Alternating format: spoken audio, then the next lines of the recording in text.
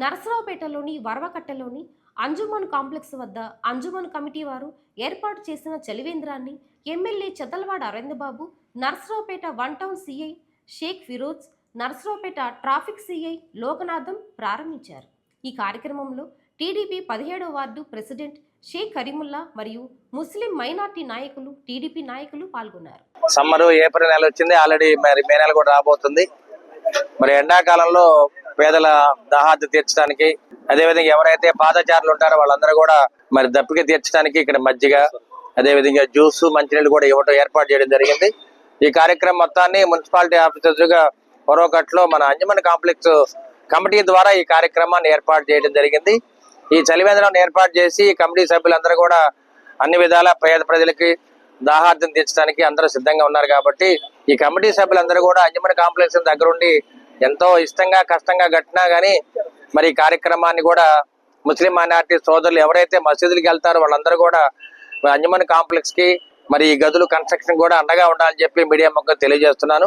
ఈ రోజు నరసరావుపేట పట్టణంలోని అంజుమన్ మసీద్ కాంప్లెక్స్ కి ముందు ఉన్నటువంటి ప్లేస్ లో ఈ సమ్మర్ సందర్భంగా ప్రజలకి కానీ పాదచారులకు కానీ దాహార్తి తీర్చాలి అనేటువంటి ఉద్దేశంతో అంజుమన్ కమిటీ వాళ్ళు ఇక్కడ చలివేంద్రం ఏర్పాటు చేయడం జరిగింది.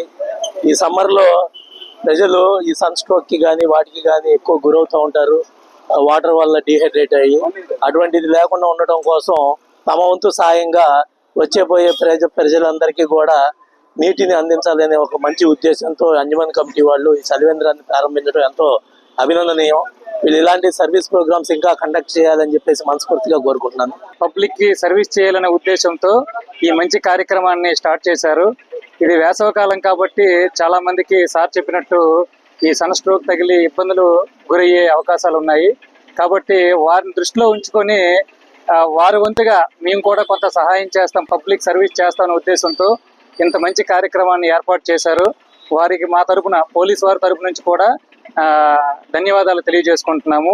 ఇలాంటి కార్యక్రమాలు మరెన్నో చేయాలని చెప్పేసి మనస్ఫూర్తిగా కోరుకుంటూ మాకు కూడా ఇందులో భాగస్వామ్యం చేసినందుకు ధన్యవాదాలు తెలియజేసుకుంటూ